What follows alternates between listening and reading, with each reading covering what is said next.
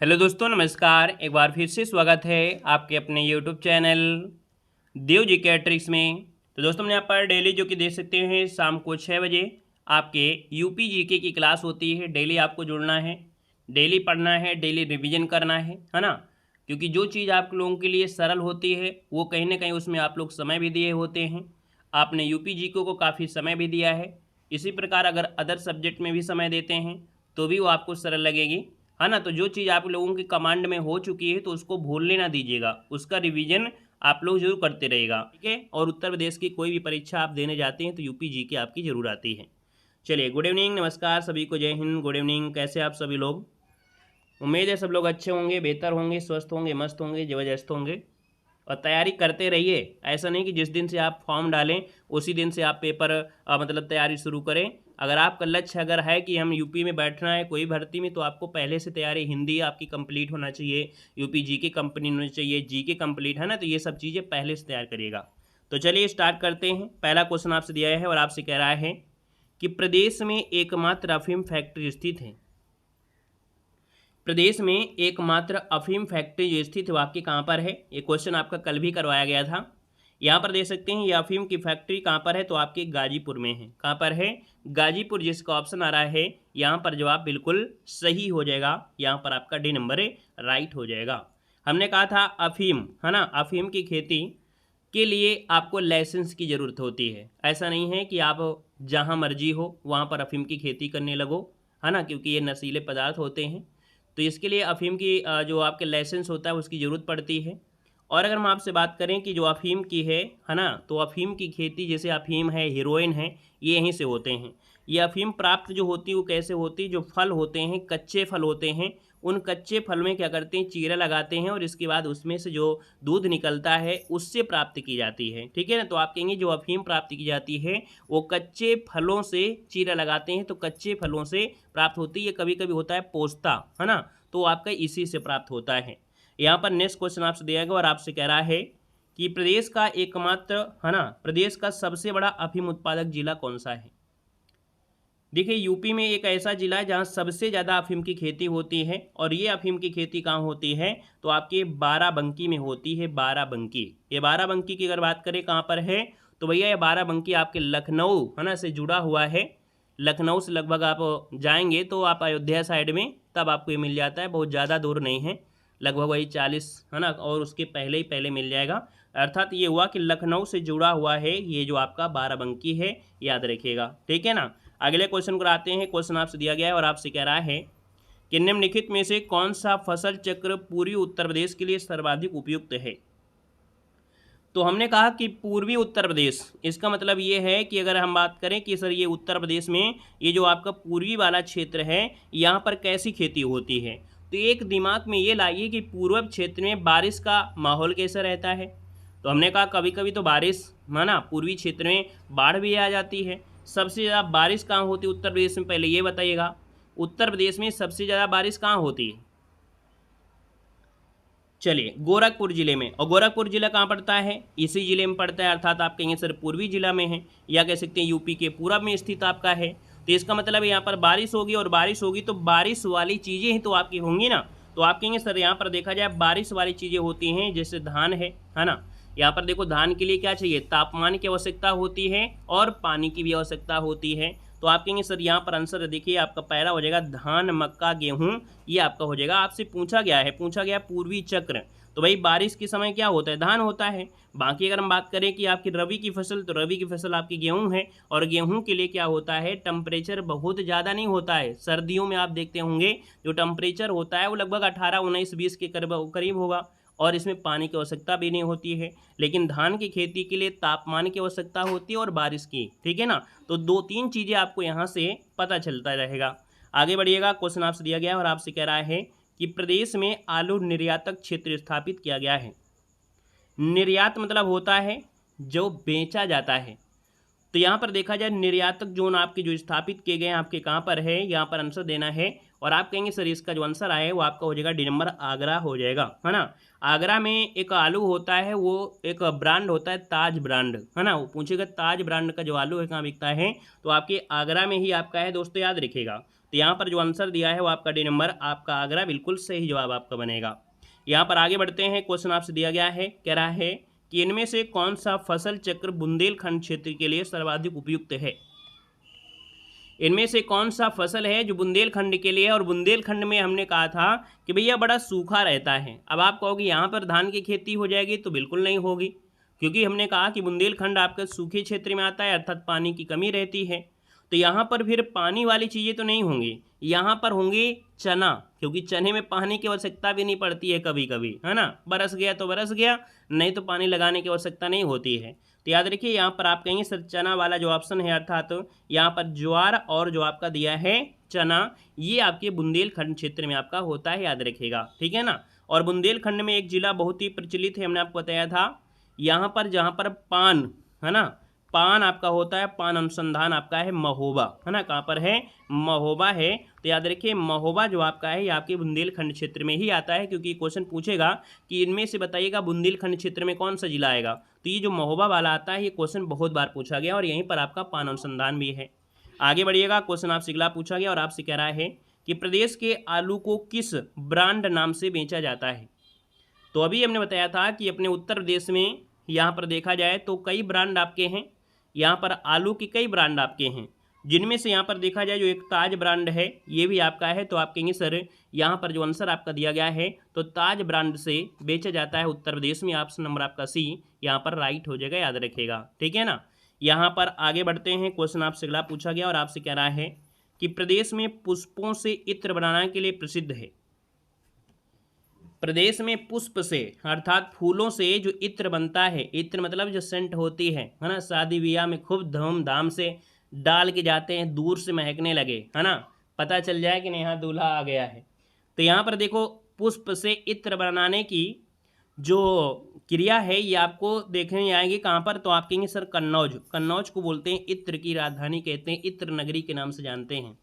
हाँ लड़के ही नहीं सिर्फ डालते हैं, लड़कियां तो और ज़्यादा थोप के आती हैं, तो वहाँ लेडी महकने लगती हैं, ठीक है ना। चलिए आगे बढ़िएगा, क्वेश्चन दिया गया है और आपसे कह रहा है कि उत्तर प्रदेश में किसान मित्र योजना कब शुरू हुई थी। तो यहाँ पर देखा जाए तो उत्तर प्रदेश में किसान मित्र योजना जो शुरू हुई थी वो कब शुरू हुई थी, यहाँ पर बताना इसका आंसर क्या हो जाएगा। तो यहाँ पर आप कहेंगे सर यहाँ पर आंसर आपका डी हो जाएगा, 18 जून सन 2001 इसका जो आंसर है यहाँ पर राइट हो जाएगा, याद रखिएगा, डी नंबर आपका बनेगा। ऐसे याद रखिएगा कि जब कोई काम हम लोग शुरुआत करते हैं, है ना, तो सबसे पहले शुरुआत क्या होती है, 1 से स्टार्ट करते हैं। तो ऐसे याद रखिएगा सन 2000 के बाद 1 आया तो बोलते हैं हैप्पी न्यू ईयर, है ना। तो आप कहेंगे सर यहाँ पर आपका 2001 ये आपका मित्र हमने बनाया, हमने पहला मित्र बनाया 2001 में। तो ऐसे भी याद रखना कोई भी स्टार्टिंग होती है 1 से होती है, तो मित्र बनाना भी क्या है, पहला काम है आपका।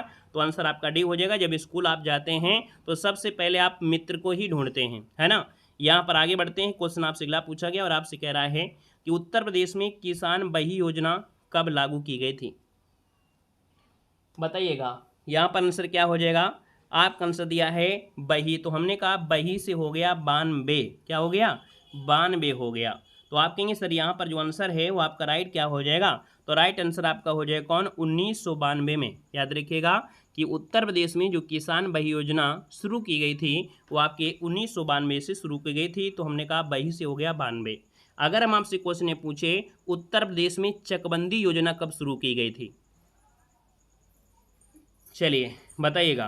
तो देखो यहाँ पर जब पूछे चकबंदी, तो चकबंदी को भी याद रखने कोई दिक्कत नहीं है। चकबंदी कब स्टार्ट की गई थी जल्दी से बताइएगा। तो 4 से 54, है ना, 54 1954 में चकबंदी, और बही से 92 से हो जाएगा बही। तो याद रखिए बही जो किसान बही योजना है 1992 से, और चकबंदी योजना है 1954 से, ठीक है। आगे बढ़िएगा, क्वेश्चन आपसे दिया गया और आपसे कह रहा है ओबरा जल विद्युत केंद्र किस नदी पर बनाया गया है। ओबरा जल विद्युत केंद्र किस नदी पर बनाया गया है ये बताना है। यहाँ पर देखा जाए तो आप कहेंगे सर इसका आंसर आपका है क्या, तो यहाँ पर देखा जाए तो आप कहेंगे सर ये आपके रिहंद नदी पर है। इसका आंसर आपका ये नंबर हो जाएगा कि ओबरा जल विद्युत केंद्र आपकी किस नदी पर, रिहंद नदी पर है। और रिहंद की अगर हम बात करते हैं तो ये पड़ेगा कहाँ पर, तो आपके सोनभद्र जिले में। कहाँ पर है, तो आपके सोनभद्र जिले में ये पड़ेगा, जो कि आपका कौन है, रिहंद आपका है, याद रखिएगा। और अगर पूछे कि भैया यहाँ पर एक तालाब भी है ना, कौन, जल विद्युत केंद्र जो आपका गोविंद बल्लभ पंत सागर है ना, वो यहीं पर है, जो कि भारत की सबसे बड़ी कृत्रिम झील है गोविंद बल्लभ पंत सागर, है ना, यहीं से आपकी होती है। तो आप कहेंगे सर इसका आंसर आपका ये नंबर राइट हो जाएगा। नेक्स्ट क्वेश्चन को आते हैं। क्वेश्चन आपसे दिया गया है और आपसे कह रहा है प्रदेश में पान अनुसंधान और प्रशिक्षण केंद्र की स्थापना की गई है, बताइएगा। इसी वीडियो में हमने आपको पहले ही बता दिया है कि भैया जो पिछड़ा क्षेत्र है कौन, जहाँ पर पानी की व्यवस्था कम होती है, बुंदेलखंड, और बुंदेलखंड में कौन सा है, महोबा जिला है। याद रखिए महोबा जिला की बात करते हैं तो ऑप्शन नंबर आपका सी यहाँ पर राइट हो जाएगा। और यहाँ पर पान अनुसंधान आपका है, याद रखिएगा, है ना। और इस केंद्र को खुलने से उत्तर प्रदेश को भी फायदा हुआ और मध्य प्रदेश को भी फायदा हुआ। वहाँ के किसानों को यहाँ पर फायदे की उम्मीद आपके हो गई ये अनुसंधान बनने से, दोस्तों याद रखिएगा, है ना। अगर हम आपसे बोलें कि सर जी कि उत्तर प्रदेश में जो कृषि अनुसंधान है ना, क्या ये तो आपका पान अनुसंधान है। अगर पूछे उत्तर प्रदेश में कृषि अनुसंधान कहाँ पर है, कृषि, तो सबसे पहली बात आती है तो हम कहेंगे सर राजधानी आई है लखनऊ, तो आप कहेंगे कृषि अनुसंधान लखनऊ में है। अगर औषधि की बात करते हैं, है ना, औषध अनुसंधान, है ना, ये आपके कहाँ पर ये बताना है। चलिए औषधि अनुसंधान पूछा गया है। देखो विष अनुसंधान, है ना, और आपके यहाँ पर देखा जाए वनस्पति अनुसंधान लखनऊ में है। जो आपके दिया गया है केंद्रीय, अगर औषधि ले, केंद्रीय औषध अनुसंधान वो मेरठ में है। केंद्रीय आलू अनुसंधान मेरठ में है, ठीक है। केंद्रीय कुष्ठ रोग आपके कहाँ पर, आगरा में है। केंद्रीय शर्करा कहाँ पर है, आपके कानपुर में है। तो हमने कहा अगर आपसे लखनऊ की बात करते हैं तो लखनऊ में कौन है, वनस्पति अनुसंधान, है ना, क्या वनस्पति जो आपका अनुसंधान है वनस्पति अनुसंधान है। और साथ में यहाँ पर देखा जाए जो आपका विष अनुसंधान है ये आपके कहाँ पर है, लखनऊ में है। आगे बढ़िएगा, क्वेश्चन आपसे दिया गया है ओबरा ताप विद्युत केंद्र की स्थापना किस देश के सहयोग से की गई है। चलिए यहाँ पर बताना है ओबरा जो आपका ताप विद्युत केंद्र है इसकी स्थापना किस देश के सहयोग से की गई है। तो दोस्तों याद रखिएगा ये आपके सोवियत रूस के सहयोग से यहाँ पर की गई है, जो कि आपके सोनभद्र जिले में है। याद रखिएगा जो आपका ओबरा है ये आपके सोनभद्र जिले में आपका स्थित है। आपसे दिया गया है और आपसे कह रहा है नरौरा आणविक संयंत्र अवस्थित है। नरौरा आणविक संयंत्र, देखिए उत्तर प्रदेश का एकमात्र जो आणविक संयंत्र है ना, ये आपके कहाँ पर है, बुलंदशहर है। दोस्तों याद रखिएगा जो आपके नरौरा है ये बुलंदशहर में है। यहाँ पर जो आंसर है वो आपका बनेगा डी नंबर राइट हो जाएगा, नरौरा एटॉमिक पावर स्टेशन, है ना। तो इसका जो आंसर आपका आ रहा है वो राइट हो जाए, आपका डी हो जाएगा। यहाँ पर बुलंदशहर का जो नरौरा है वहाँ पर आपका स्थित है, याद रखिएगा, ठीक है ना। और यहाँ पर आगे बढ़ते हैं, क्वेश्चन आपसे अगला पूछा गया और आपसे कह रहा है क्वेश्चन है शीतला जल विद्युत परियोजना स्थित है। शीतला जल विद्युत परियोजना स्थित है वो आपकी कहाँ पर है। तो देखो शीतला जल विद्युत परियोजना है आपकी कहाँ पर है, ये आपकी पड़ेगी शायद आपके झांसी में, है ना। कहाँ पर है, ये झांसी आपका आंसर हो जाएगा। शीतला जल विद्युत परियोजना आपकी कहाँ पर है, तो आपके झांसी में है। यहाँ पर आपका जो आंसर आ गया है वो आपका ये नंबर राइट हो जाएगा। बाकी हमने बताया था कि जो आपके झांसी में, है ना, जैसे आपके कई आपकी परियोजनाएं हैं, जैसे नदियों में से आपकी है ना, एक नदी जो आपकी थी उसके बारे में जो माता टीला वगैरह है ना, नहीं एक आपकी थी एक और आपकी योजना बताई थी हमने झांसी में कौन सी बांध है। ऐसे क्वेश्चन आपको हमने बताया था जो पहुज बांध है, परीक्षा बांध है ना। यहाँ पर देखो झांसी में जो आपका परीक्षा बांध है, इसी को ढूंढ रहे थे, परीक्षा बांध। तो ये परीक्षा बांध भी पूछा जाता है कहाँ पर है, तो आपकी झांसी में है। तो यहाँ पर जो आपका शीतला जल विद्युत परियोजना है वो आपकी झांसी में है, याद रखिएगा। बेतवा नदी पर आपकी बनी है, किस पर है, तो आपकी परीक्षा बांध जो आपका है वो आपका बेतवा नदी पर है, याद रखिएगा, ठीक है। ये ज़्यादा क्वेश्चन पूछा जाता है, शीतला जल विद्युत हो गया आपकी झांसी में, लेकिन जो क्वेश्चन बनता है कि परीक्षा बांध कहाँ पर है, तो आपकी परीक्षा बांध जो आपका है वो आपके कहाँ पर, तो आप कहेंगे सर झांसी में है ना, और बेतवा नदी पर आपका बना है। ये बहुत ज़्यादा क्वेश्चन आपसे पूछा गया है। और ये भैया थर्मल पावर स्टेशन है, अर्थात बिजली बनाने के उद्देश्य में होता है। वहीं पर एक माता टीला बांध है वो भी आपका यहीं पर है। एक पथराई बांध जो आपका है ये भी कहाँ पर है, आपकी झांसी में ही है। और पहुज बांध वो भी झांसी में है। आगे बढ़िएगा, क्वेश्चन आपसे दिया गया है माता टीला बांध किस राज्य में है। चलिए अब तो बताने की आवश्यकता नहीं है, अब आप लोग देख चुके हैं कि भैया ये उत्तर प्रदेश में है। और उत्तर प्रदेश में अगर हम बात करें कि माता टीला उत्तर प्रदेश में कहाँ पर है, तो ये आपके ललितपुर जिले में है। कहाँ पर है, ललितपुर जिले में है। ललितपुर की अगर बात करते हैं तो जहाँ पर आपका क्या है, यूरेनियम के भंडार भी आपके हैं, याद रखिएगा। हमने कहा था माता टीला जो बांध है इसको बनाया गया था कब, तो आपकी 1958 में ये बनाया गया था, ठीक है ना। ये मिट्टी का बांध है, ये क्या है, मिट्टी का बांध है, ये भी आपको याद रखना है। और आगे बढ़ते हैं, क्वेश्चन आपसे अगला पूछा गया और आपसे दिया गया है कि निम्नलिखित में से कौन तापी परियोजना नहीं है।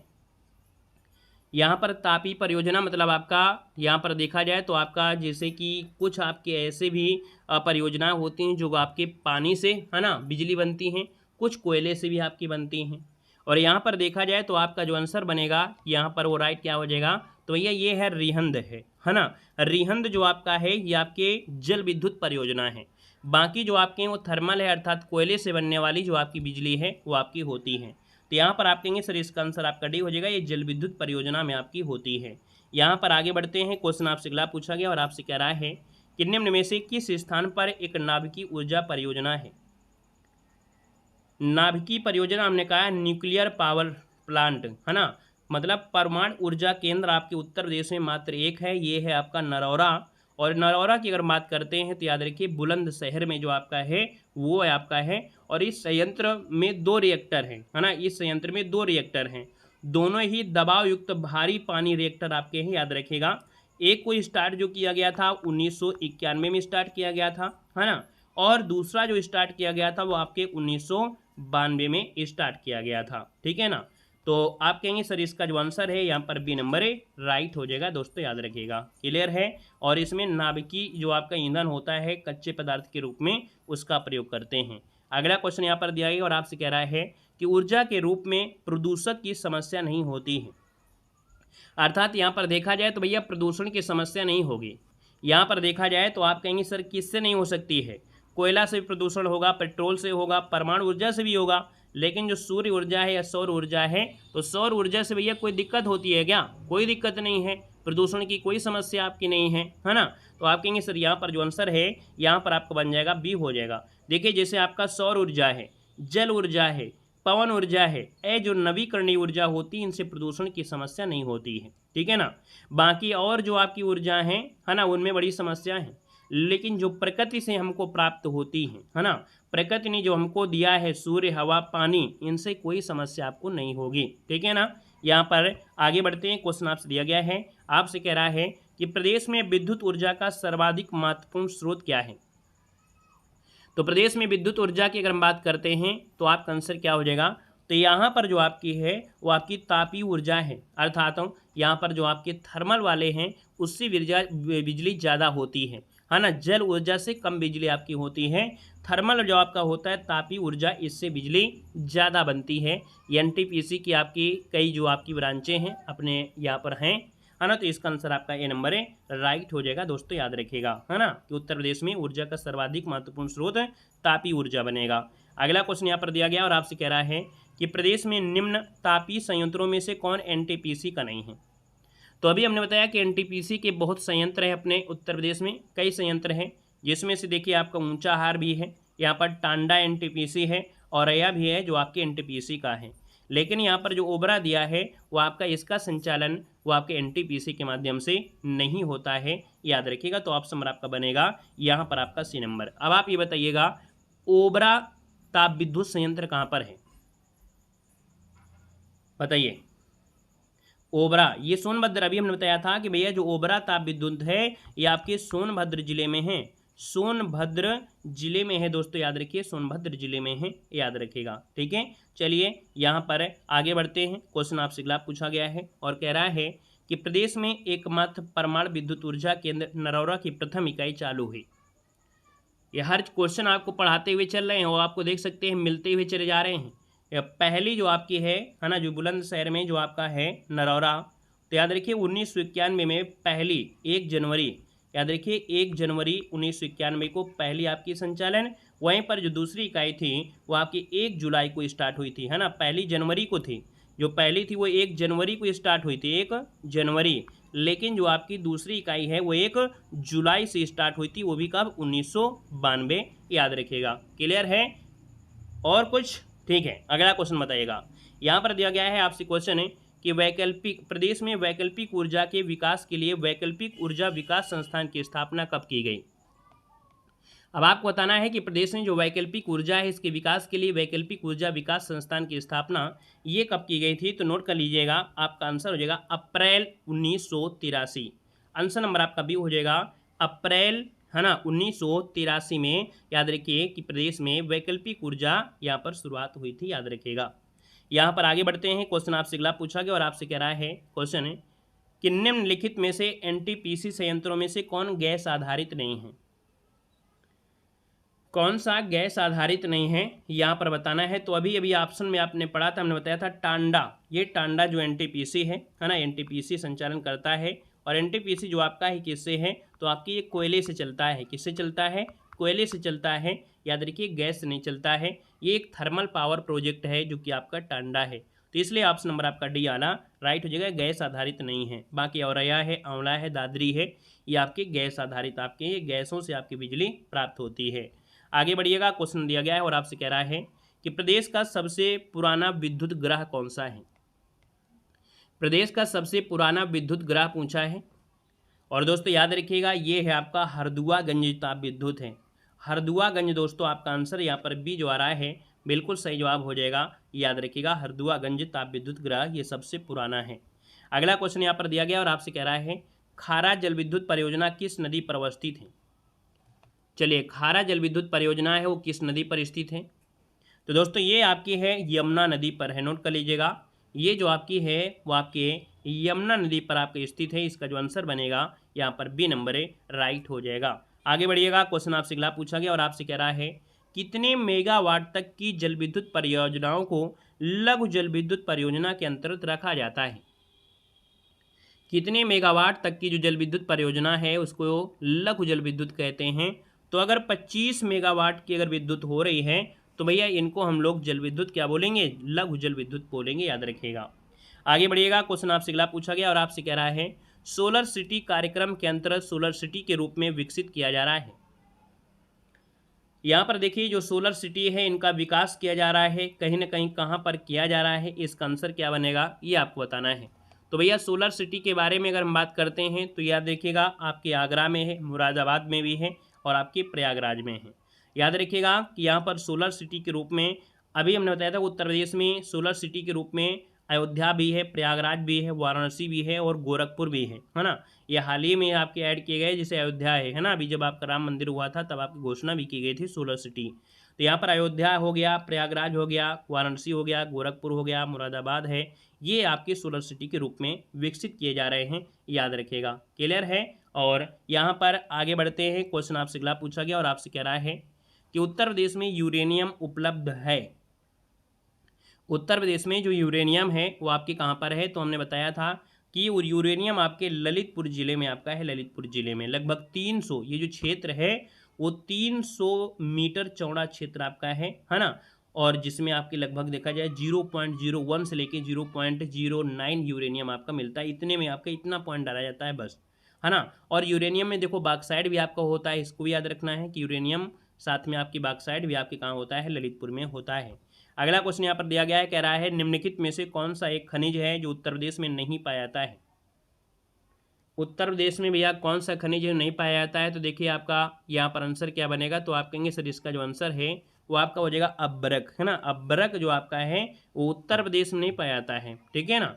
बाकी जो अब्रक है एक प्राकृतिक रूप से पाया जाने वाला तत्व है जो कि सिलिकेट, एल्युमिनियम, पोटेशियम, मैग्नीज, पानी, लोहे से मिलकर बनता है। अर्थात जो अब्रक है वो सिलिकेट से होता है, एल्युमिनियम भी होता है, उसमें पोटेशियम भी होता है, मैग्नीज होता है, पानी होता है ना, लोहे से, ये सब मिलकर आपकी बनी होती है। मतलब इसमें सिलिका की मात्रा ज़्यादा होती है, याद रखिएगा, है ना। और अगर हम बात करें कि अब्रक का उत्पादन आपके उत्तर प्रदेश में तो नहीं होता है, लेकिन भारत में जो अब्रक होता है विश्व का सबसे ज़्यादा अब्रक अपने भारत में ही होता है, लेकिन आपके उत्तर प्रदेश में नहीं होता है, इस बात को भी याद रख लेना है। उत्तर प्रदेश में तांबा, मैग्नेसाइट, चूना पत्थर, जिप्सम ये आपको देखने को जरूर मिलेंगे।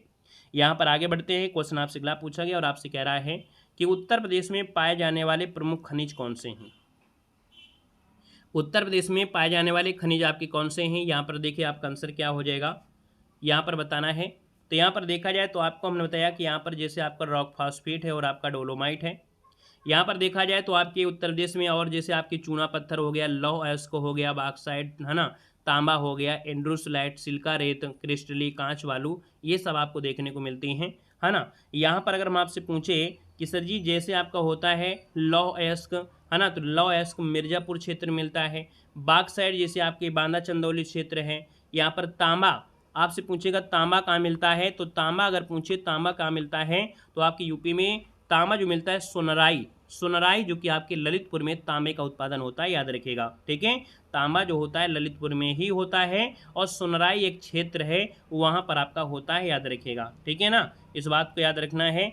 अगला क्वेश्चन आपसे दिया गया और आपसे कह रहा है क्वेश्चन कि राज्य में एस्बेस्टॉस पाए जाते हैं, राज्य में एस्बेस्टॉस पाया जाता है, ये कहाँ पर पाया जाता है, तो भैया अमेरिका में तो पाया जाता है, लेकिन आपकी बात हो रही है उत्तर प्रदेश में, और उत्तर प्रदेश की बात करते हैं तो भैया ये जो आपका मिर्ज़ापुर है यहाँ पर एस्बेस्टॉस भी पाया जाता है, याद रखिएगा। अगला क्वेश्चन आपसे दिया गया है और आपसे कह रहा है कि उत्तर प्रदेश में कोयले के भंडार पाए जाते हैं, उत्तर प्रदेश में कोयले के भंडार कहाँ पर पाए जाते हैं, सर्वाधिक कोयले के भंडार आपसे पूछे तो आप कहेंगे सर सोनभद्र जिला में, और सोनभद्र जिले की अगर बात करते हैं तो ऑप्शन सी हो जाएगा, ये सिंगरौली क्षेत्र है, ठीक है। सिंगरौली क्षेत्र जो कि आपके सोनभद्र क्षेत्र में पड़ता है, सिंगरौली कोल फील्ड के नाम से देश में इसका नाम जाना जाता है, ठीक है ना।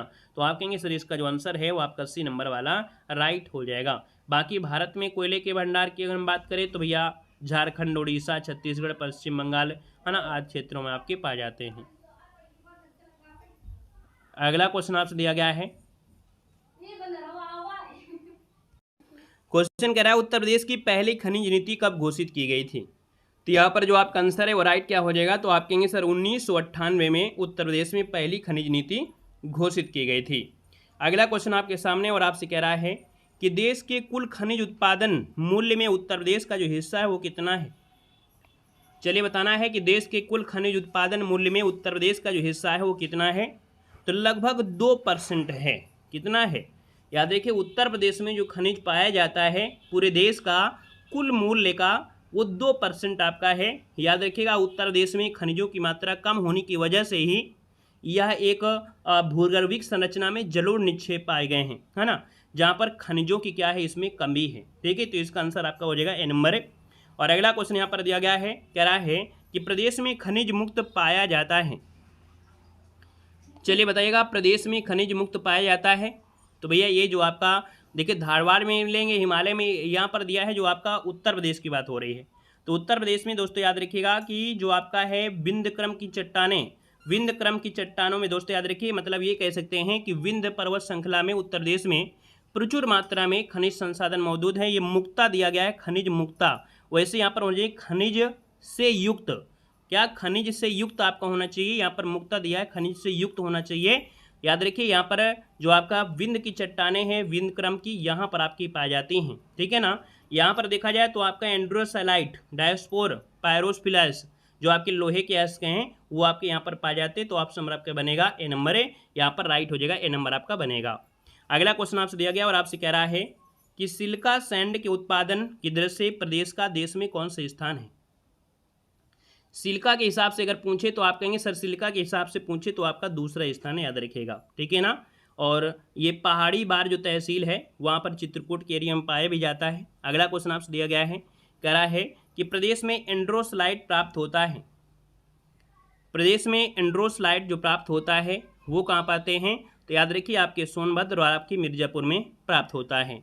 अगला क्वेश्चन यहाँ पर दिया है कि एंड्रोसलाइट भंडारण की दृष्टि से प्रदेश का देश में कौन सा स्थान है, तो इसमें से आपका प्रथम स्थान है एंड्रोसलाइट जो आपका है आपके यूपी में, है ना, ये पाया जाता है। और देखा जाए तो प्रदेश में आपका ये देश के हिसाब से पूरे भारत के हिसाब से देखा जाए तो यूपी में एंड्रोसलाइट आपका प्रथम स्थान पर है।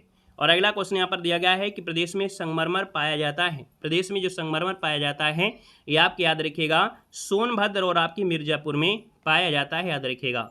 और अगला क्वेश्चन आपके सामने और आपसे कह रहा है कि उत्तर प्रदेश का मानचेस्टर कहा जाता है, उत्तर प्रदेश का जो मानचेस्टर कहते हैं वो किसको कहते हैं, यहाँ पर देना है आपका जो आंसर इनमें से राइट क्या हो जाएगा।